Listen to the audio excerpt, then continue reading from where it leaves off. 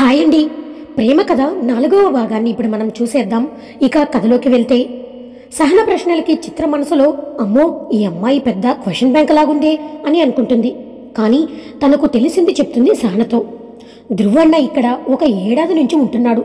అంతకుముందు ఎక్కడో విదేశాల్లో ఉండేవాడని విన్నాను. ఇది వాళ్ళ అమ్మమ్మగారి ఊరు. ఈ ఇల్లు కూడా ధ్రువన్న వాళ్ళ అమ్మగారైన వసుంధర గారిది. అంటే ఆమెకి పుట్టింటి నుంచి పసుపు కుంకుమ కింద ఇచ్చారట. వసుంధర గారికి ఒక అన్న కూడా ఉండేవాడు. కానీ ఇప్పుడు ఆయన ఇక్కడ లేరు, ఎక్కడో విదేశాల్లో స్థిరపడ్డారు. 2 ఏళ్ల క్రితం వరకు వసుంధర గారు ఇక్కడ వాళ్ళ పుట్టింటి వాళ్ళు ఎవరూ లేకపోయినా పుట్టిన ఊరి మీద మమకారంతో ప్రతి ఏడాది వచ్చి ఇక్కడ కొన్ని రోజులు ఉండి గడిపి వెళ్ళేవాళ్ళు. ధ్రువన్న కూడా చిన్నప్పుడు వచ్చేవాడు వాళ్ళమ్మతో. తరువాత తన చదువు కోసం విదేశాలకి వెళ్ళిపోవడంతో వసుంధర గారు ఒక్కరే వచ్చేవారు. అప్పుడు చిన్నప్పటి నుంచి అలవాటైన నేను సతీష్ ఆమె వెళ్లే వరకు ఇక్కడే ఉండి జాగ్రత్తగా చూసుకునేవాళ్ళం. ఆవిడ చాలా మంచిది. ఊర్లోంచి ఎవరైనా వచ్చి ఏ కష్టమని చెప్పుకున్నా వెంటనే ఏదో ఒక సహాయం చేసేవారు. అలా ప్రశాంతంగా ఉన్న ఆమె జీవితంలో ఏమైందో తెలియదు. కానీ ఆవిడ హఠాత్తుగా సంవత్సరం కిందట ఆత్మహత్య చేసుకుని చనిపోయారు. అప్పుడే ధ్రువన్న ఇండియాకి వచ్చాడు. మళ్ళీ ఎందుకు కొద్ది రోజుల్లోనే వాళ్ళ నాన్నగారికి తాతగారిని 1000 కోట్ల ఆస్తిని అన్నింటినీ వదిలేసి ఇక్కడికి వచ్చేసి ఒంటరిగా ఉంటున్నాడు. అప్పుడప్పుడు వాళ్ళ తాతగారు మాత్రం వస్తుంటారు. కానీ ఆయనతో కూడా సరిగ్గా మాట్లాడరు. ఏమి జరిగినా ఎలా జరిగినా అన్న మాత్రం వాళ్ళమ్మ కోసం బాధపడని రోజు లేదు, కన్నీళ్లు పెట్టని రోజు లేదని సతీష్ చెప్తుంటే విన్నాను. ఆ అన్నకి ఏ సమస్య ఉందో ఏంటో కూడా నాకు సరిగ్గా తెలియదు. కానీ మాకు మాత్రం ఏ లోటు రానియకుండా సొంత ఇంట్లో మనుషులలాగా బాగానే చూసుకుంటాడు. మాకనే కాదు వాళ్ళ అమ్మగారిలాగానే ఊర్లో ఎవరికి ఏ సమస్య వచ్చినా ముందుండి సాయం చేస్తాడు అని చెప్పింది. అవన్నీ విన్న సహన పాపం వాళ్ళమ్మ సూసైడ్ చేసుకుందా, అది కూడా తను దూరంగా ఉన్నప్పుడు, చాలా పాపం అని అనుకుంటుంది. మరి అంత మంచి ఆవిడికి పుట్టిన ఈ ధ్రువ్ మాత్రం ఎందుకు ఇలా ఉన్నాడు? కొంపదీసి వాళ్ళ ఇంట్లో వాళ్ళకి తెలియకుండా ఫారిన్లో ఏమైనా అమ్మాయిల స్మగ్లింగ్ లాంటివి చేసేవాడా? అది తెలిసిపోయే వాళ్ళ నాన్న తాతగారులు వీడిని ఇంట్లో నుంచి గెంటేశారా అని అనుకుంటూ ఉంది. మళ్ళీ చిత్ర చెప్పిన డీటెయిల్స్ బట్టి చూస్తే ఇతనికి క్రిమినల్ బ్యాక్గ్రౌండ్ అయితే లేనట్టుంది. కానీ తనే చెప్పాడుగా నన్ను ఆ చక్రీ గాడికి నుంచి కొనుక్కున్నానని. ఏది నిజమని ఆలోచిస్తూ ఉంది. నిజం దేవుడెరుగు. మొదట ఇక్కడి నుంచి తప్పించుకోవాలి. ఈ చిత్ర చెప్పిన దాన్ని బట్టి చూస్తే తను ఒక పెద్ద మహనీయుడు అన్నట్టు బిల్డప్ ఇచ్చి మాట్లాడింది. కాబట్టి నాకు ఖచ్చితంగా హెల్ప్ అయితే చేయదు అని అనుకుంటుంది మనసులో. ఏదో రకంగా మాటల్లో పెట్టి వాళ్ళొచ్చేలోపు ఎలాగైనా వెళ్ళిపోవాలి ఇక్కడి నుంచి అని అనుకుంటుంది సహన. అనుకున్నదే తడువుగా చిత్ర ఒకసారి నాకు ఈ ఊరు ఎలా ఉంటుందో చూడాలని ఉంది, తీసుకెళ్లి చూపించవా అని అడుగుతుంది.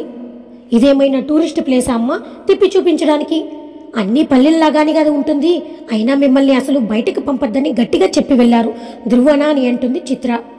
సహన మనసులో అబ్బా వీడొకడు ఇప్పుడు ఎలారా దేవుడా అని అనుకుని ఒక ఐడియా మన జీవితాన్ని మార్చేస్తుంది అని తన తెలివితేటలకి తానే మురిసిపోయి చిత్రతో సర్లే చిత్ర పర్లేదులే, కానీ నీకు ఇబ్బంది అయితే వద్దులే, ఏదో బోరు కొడుతుందని అడిగా అంతే అని అంటుంది. ఆ మాటకి నవ్వి మళ్ళీ పని చేసుకుంటుంది చిత్ర.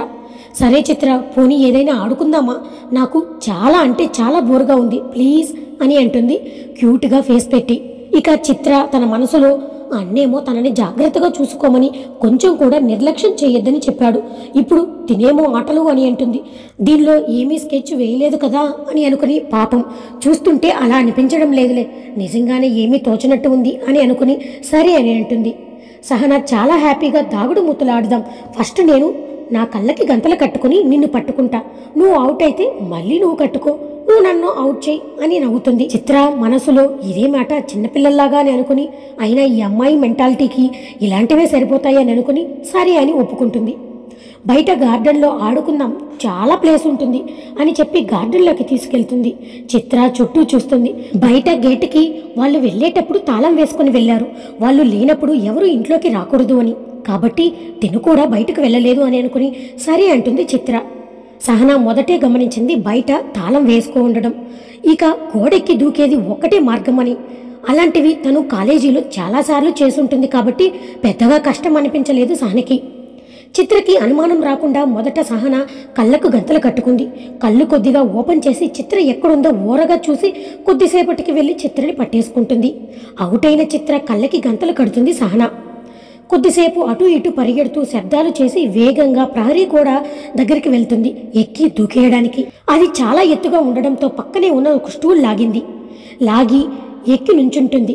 సరిగ్గా అప్పుడే గేటు తీసుకుని లోపలికి వస్తారు ధ్రువ్, సతీష్ ఇద్దరు. కళ్ళకు గంతలు కట్టుకుని ఒక్కడే ఆడుకుంటున్న చిత్రని ఆశ్చర్యంగా చూస్తాడు సతీష్. ధ్రువ్ మాత్రం ఏదో ఫ్లాష్ అయ్యి వెంటనే కొంచెం లోపలికి వెళ్లి చూస్తాడు.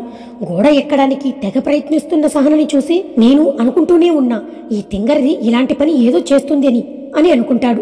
అసలు చిత్రకి అన్నిసార్లు చెప్పినా ఫూల్గా దీన్ని నమ్మేసి ఎలా ఆడుకుంటుందో చూడు అని అనుకుంటాడు ధ్రువ్. దీని పని ఇలా కాదు అని చెప్పి వేగంగా బయటికి వెళ్లి గోడకి అటుపక్కన నించుంటాడు. కష్టపడి గోడెక్కిన సహన చిత్ర చూసేలోపు తొందరగా వెళ్ళిపోవాలి. అమాంతం అక్కడి నుంచి కిందకి దూకి మట్టిలో పడి లేచి డ్రెస్సు చేతులు దులుపుకొని ఏదో ఒలింపిక్స్ మెడల్ సాధించిన దానిలా మొహం పెట్టుకుని, ఏమనుకున్నావు ధ్రువ్, ఈ సహన అంటే నువ్వు ముదిరైతే నేను దేశముద్రిని అహహా అని పైకి అనేసి వెళ్ళడానికి తల పైకెత్తి చూసింది. రెండు చేతులు కట్టుకుని సీరియస్గా మొహం పెట్టుకుని తన వైపే సూటిగా చూస్తున్న ధ్రువుని చూసి భయంతో నోరు కప్పలాగా తెరిసింది. సహనికి పై ప్రాణాలు పైకే పోయాయి ధ్రువుని అలా చూస్తూ ఉంటే. ధ్రువుని చూసిన సహన మనసులో, వామ్మో, ఇప్పుడు వీడికి ఇలా దొరికిపోయానేంటి, ఇప్పుడు ఏం చేయాలి, నాకు ఇప్పుడు ఏదో ఒక ఐడియా కావాలి, లేకపోతే వీడికి ఉండే తెక్కకి నన్ను ఇక్కడే గొయ్యి తవ్వి పాతిపెట్టినా పెట్టేస్తాడు అని అనుకుంటుంది. వెంటనే బుర్రలో ఒక వెధవ ఐడియా వస్తే దాన్ని అమలుపరచడం స్టార్ట్ చేస్తుంది.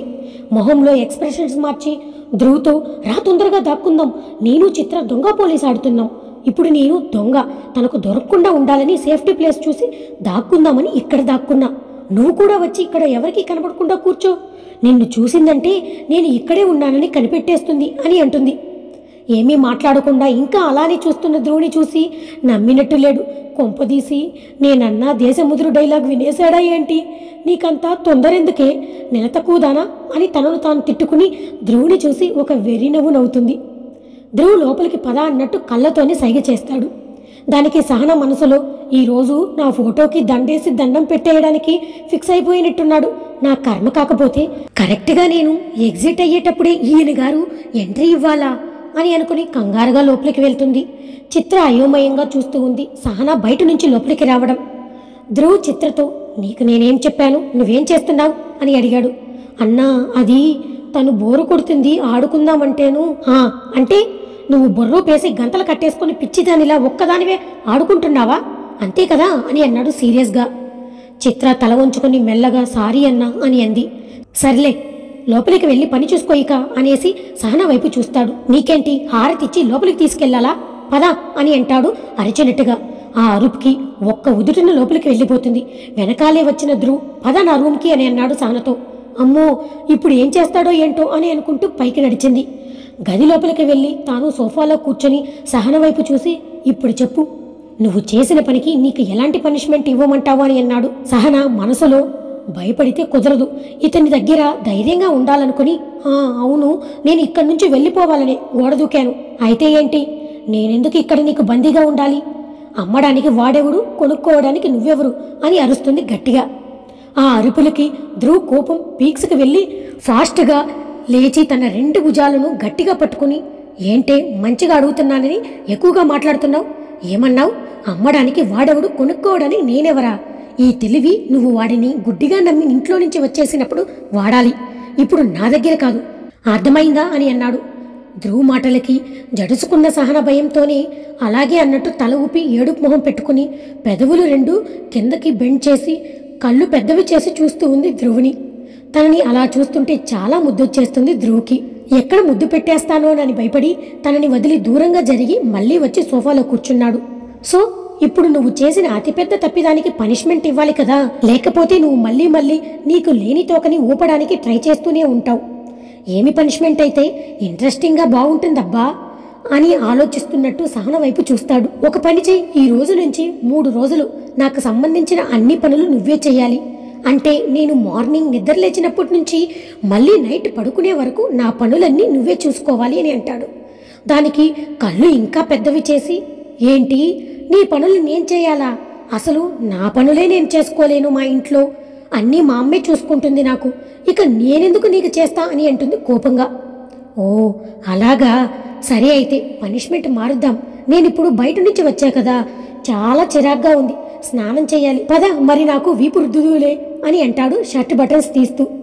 ఏంటి, నేను నీకు వీపు రుద్దాలా, ఎలా కనిపిస్తున్నాను నీకు అని ఆవేశంగా ముందుకు వస్తుంది. చూడు పాప, ఇది నీ ఇల్లు కాదు నువ్వు బెదిరించడానికి. ఇప్పుడు నీకున్నవి రెండే ఆప్షన్లు. మొదట చెప్పినట్టు అన్ని పనులు చేస్తావా, లేక ఇప్పుడు వాష్రూమ్లకి వస్తావా? త్వరగా నిర్ణయించుకొని అంటాడు ధ్రువ్. సహనికి టక్కున తను ఉన్న పరిస్థితి గుర్తొచ్చి మొదటిదే బెటర్ అని అనుకుని, సర్లే నీ పనులన్నీ చేస్తా, కానీ నీ పనులన్నీ చెప్పి ఇందాక చెప్పినట్టు స్నానాలకి హెల్ప్ చేయమంటే కుదరదు అని అంటుంది. స్నానం సెకండ్ ఆప్షన్ కదా, అది చెప్పనులే అని అంటాడు. నీ పనులన్నీ అంటే ఎలాంటివి అని అడుగుతుంది. చెప్తా, తొందరపడకు. ఇప్పుడు నేను స్నానానికి వెళ్తున్నా. నేను వచ్చేసరికి నా బట్టలు తీసిపెట్టు కబోర్డ్ నుంచి. తర్వాత కాఫీ చేసి పట్టుకొచ్చి రెడీగా ఉండి ఇక్కడే. మిగిలింది మళ్ళీ వచ్చి చెప్తా అనేసి వాష్రూమ్లోకి వెళ్తాడు ధ్రువ్. కోపంతో పళ్ళు పటపటా కొరికేసి, దొంగ సచ్చినోడు నా దగ్గరే పనులు చేయిస్తున్నాడు. నేను ఒక్కసారి ఇక్కడి నుంచి తప్పించుకొని వీడికి పట్టపగలే చుక్కలు చూపిస్తా. అంతవరకు వీడిని ఇలా భరించక తప్పదు అని అనుకుని కిందకి వెళ్తుంది చిత్రని అడిగి కాఫీ తేవడానికి. సహనని చూసిన చిత్ర ముఖం తిప్పేసుకుంటుంది. సహన చిత్ర దగ్గరికి వెళ్ళి గడ్డం పట్టుకుని, సారీ చిత్ర, సారీ, నిన్ను తిట్టించాలని చేయలేదు. నాకే మా అమ్మ ఇల్లు బాగా గుర్తుకు వచ్చి అందుకే అలా చేశాను. ఇక ఎప్పుడూ నా వల్ల నీకు తిట్లు పడనీయను. సారీ ప్లీజ్ అని అంటుంది. అంత జాలిగా అడుగుతున్న సహనని చూసి ఇట్టే కోపం పోయింది చిత్రకి. అలాగే అని నవ్వుతూ ఏం కావాలి అని అడుగుతుంది. సహన, నాకేమీ వద్దు, ఆ హిట్లర్కే కాఫీ కావాలట, చేసిస్తే తీసుకెళ్ళిస్తా అని అంటుంది మొహం కోపంగా పెట్టుకుని. చిత్ర నవ్వేసి, ఓ కోపం ఎలా చూపిస్తున్నాడా మీ పైన, సర్లే అని కాఫీ చేసి ఇస్తుంది. దానిని తీసుకుని కోపంగా అడుగులు వేసుకుంటూ గదిలోకి వెళ్ళి టీపాయ్ పైన పెట్టి డ్రెస్ కోసం కబోర్డ్ తీస్తుంది. అక్కడ అన్ని బట్టలు చూసి ఏది తీయాలో అర్థం కాక ఆలోచిస్తూ, ఈ హిట్లర్ బాధ నాకు ఎప్పుడు విరగడవుతుందో, నాకు ఎప్పుడు ఈ లంకలో నుంచి విముక్తి కలుగుతుందో అని అనుకుంటూ ఒక నైట్ ప్యాంటు టీషర్టు తీసి పెడుతుంది తిట్టుకుంటూ. వింటున్నా అంటాడు వెనుక నుంచి. అప్పుడే స్నానం ముగించుకొని వచ్చిన ధ్రువ్ తల తుడుచుకుంటూ తుల్లిపడి వెనక్కి చూస్తుంది సహన. ధ్రువ్ సహనల ఈ అందమైన జర్నీ ఎలా సాగుతుందో, ఎక్కడికి చేరుకోనుందో రాబోయే ఎపిసోడ్స్లో చూసేద్దాం.